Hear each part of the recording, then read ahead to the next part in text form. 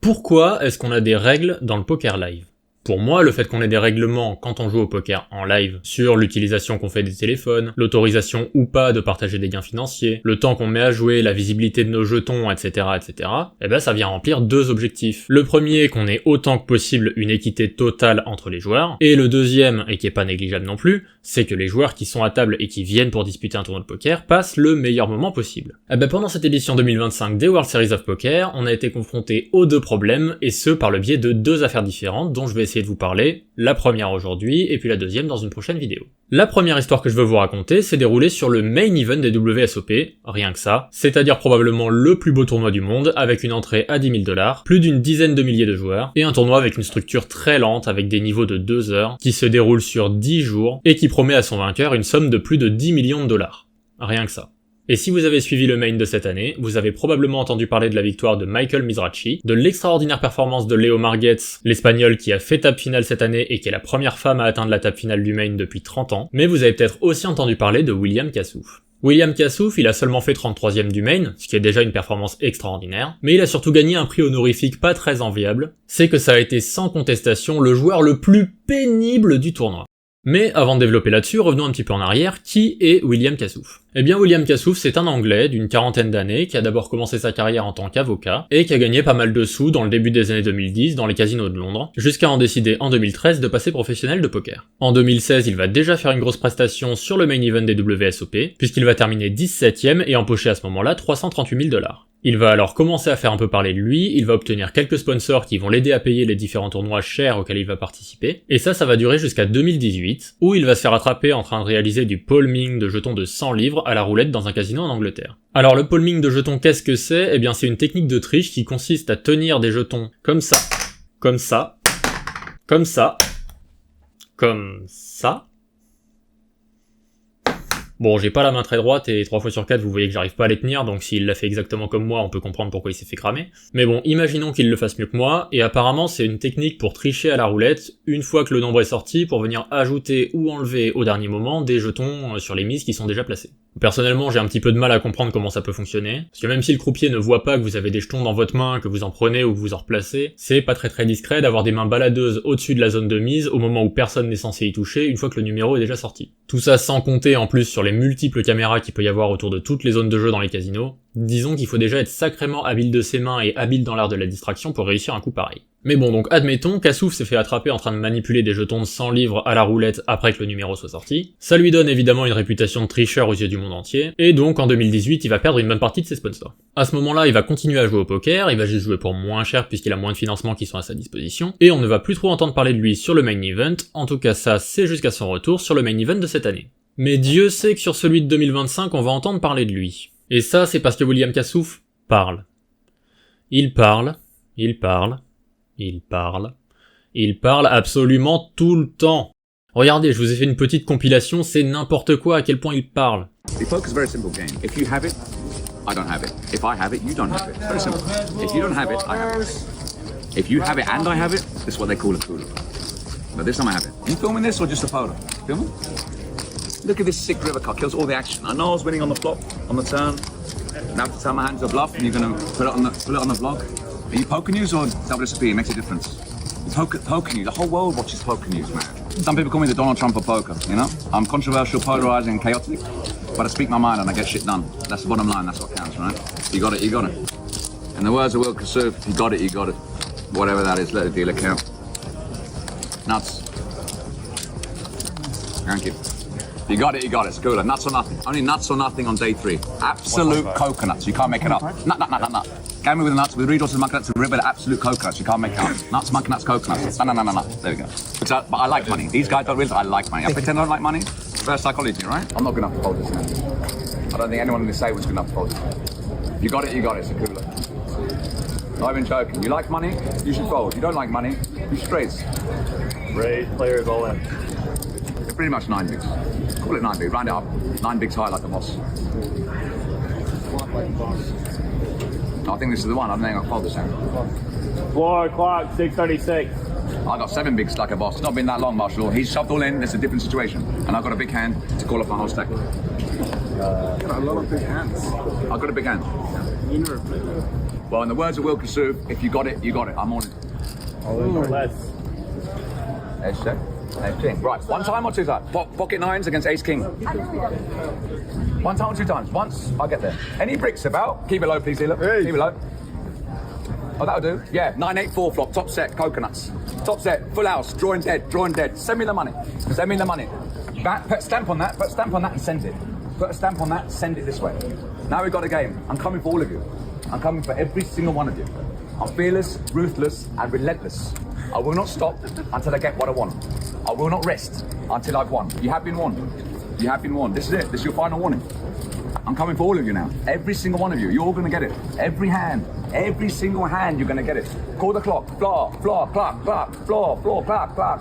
Like echo, like parrots. Voilà, c'est du William Kassouf, vous en avez eu quelques minutes, et ça, les joueurs qui sont à sa table doivent le subir toute la journée. Mais le problème avec ça, c'est pas simplement que c'est pénible d'avoir à la table un joueur qui parle absolument tout le temps sans s'arrêter, mais c'est aussi que William Kassouf gaspille un temps fou. Petit point de règlement et de comparaison. Si on va sur un circuit comme le circuit européen de l'EPT, l'European Poker Tour, eh bien sur les tournois principaux de l'EPT, il y a à chaque table ce qu'on appelle une shot clock, c'est-à-dire une petite horloge, un petit compte à rebours qui va décompter 30 secondes, et donc chaque joueur, pour chacune de ses actions, va avoir 30 secondes à sa disposition pour réfléchir et annoncer l'action qu'il souhaite réaliser. Les joueurs ont quelques jetons temps à leur disposition, en nombre limité, qui leur servent s'ils ont besoin de plus de 30 secondes pour une décision, à être dépensés à ce moment-là pour remettre à zéro le compte à rebours de 30 secondes. C'est donc aux joueurs de gérer leur temps comme ils l'entendent, et si un joueur n'a pris aucune décision au bout des 30 secondes et qu'il n'a pas utilisé un jeton temps, alors sa main va être couchée par défaut. Donc ça, c'est la gestion qu'on peut voir sur le circuit EPT. Mais sur le circuit WSOP, en tout cas sur le main event, il n'y a pas de shot clock. Ça signifie que, par défaut, les joueurs ont tout le temps du monde à leur disposition pour réfléchir à leurs actions, et que ça va être les autres joueurs à la table qui vont être responsables d'appeler la direction du tournoi quand ils considèrent qu'un joueur abuse, qu'il a eu suffisamment de temps pour réfléchir, et qu'il faut lui imposer un décompte et une limite de temps pour ne pas gaspiller le temps de tout le monde. La plupart du temps, c'est un système qui fonctionne très bien, mais vous vous en doutez, il y aurait pas de vidéo sinon, quand on est à table avec un William Kassouf, c'est un système qui a beaucoup de limites.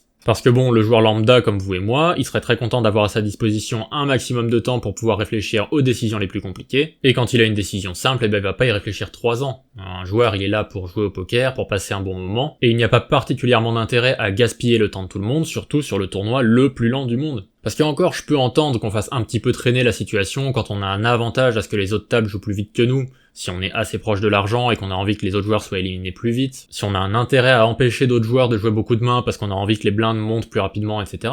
Mais là, on est sur un tournoi où les niveaux de blindes durent 2 heures, où le tournoi dure 10 jours, il y a littéralement pas de tournoi plus lent sur cette planète, en tout cas personnellement j'en connais pas. Donc ça donne vraiment l'impression que Kassouf est venu là pour gaspiller le temps de tout le monde sans aucune raison apparente. Parce que je vous laisse regarder dans le clip qui vient, mais Kassouf, il va utiliser un temps pas possible pour réfléchir, même avec des mains, dont la décision est pourtant évidente. Have felt for me. You're having 15 more. See if it's reasonable.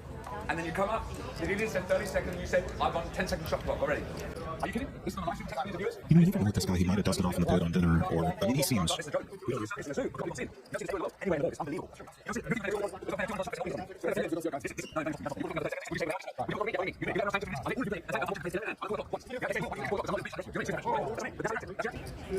I'm just saying how it is. Okay, hand dead. Vous avez trouvé ça long? Bah ça c'est un coup. Imaginez avoir William Kassouf avec vous toute la journée. Je pense que juste à cause de lui, il doit y avoir des tables dans le main event qui ont joué 10 à 15% de mains de moins que les autres tables. C'était un cirque pas possible, je veux dire, les autres joueurs à sa table ont appelé la direction du tournoi pour le rappeler à l'ordre concernant le temps 10, 15, 20 fois. Et finalement, au bout de la xème occurrence et au bout quand même du 6e jour de tournoi, la direction du tournoi a fini par se rendre compte qu'il venait systématiquement à la table de William Kassouf et que c'était toujours lui qui causait des problèmes de temps, et ils ont fini par lui appliquer une sanction, et une sanction plutôt radicale. La première qui est qu'il a eu une orbite complète de pénalité, c'est-à-dire qu'il a dû quitter la table et coucher automatiquement les 8 ou 9 mains qui ont été distribuées par la suite. Et en plus de ça, tous les croupiers ont été prévenus, jusqu'à nouvel ordre, William Kassouf n'a que 10 secondes pour jouer l'intégralité de ses décisions. Et là, bon, on pourrait se dire qu'il l'a bien mérité, mais il faut se dire quand même que 10 secondes seulement en live, c'est très très peu. Parce qu'il y a sûrement beaucoup de gens qui me regardent, qui jouent régulièrement en ligne et qui se disent que la majorité de leurs décisions, ils les prennent en moins de 10 secondes. Mais il faut bien se dire qu'en ligne, c'est quand même beaucoup plus facile de jouer vite, parce qu'on a directement affiché à l'écran le montant des stacks des adversaires, le montant du pot, et que si on veut miser 2 tiers pot, il nous suffit de cliquer sur le bouton 2 tiers. Alors que tout ça, c'est des informations que vous devez calculer de tête pendant que vous jouez un tournoi live. Vous devez réfléchir à combien de jetons a votre adversaire compte tenu du fait qu'il a aligné 3 piles de 20 de différentes couleurs en face de lui. Vous devez réfléchir au montant de la mise pré-flop, flop et turn pour calculer exactement le montant du pot. Ensuite, vous devez rapidement avoir une idée de votre propre stack. Et maintenant que vous avez pris votre décision de miser 2 tiers pot, il faut calculer combien de jetons ça fait 2 tiers du pot. Donc honnêtement, quand vous avez un coup un petit peu compliqué et que vous avez en plus de ça tous ces calculs à faire sous pression en moins de 10 secondes avec le croupier qui compte à voix haute, là pour le coup ça rend le fait de bien jouer vraiment très compliqué. Donc bon, Kassouf est limité à 10 secondes, il se plaint énormément, il se retrouve à coucher dans un pot énorme avec pourtant une très bonne main, et il se justifiera avec l'argument pour le coup très plausible qu'il a pas eu le temps de réfléchir. And I can't even ask for a count, so dealer goes 9, 8, 7 in my right ear because I'm sitting in C1. I've got 3 million shit, I've got stone cold nuts on the turn, king jack, the board's ace queen 10, no flush. I've got stone cold nuts on the turn, check, bet, call. River pairs the board with a 5.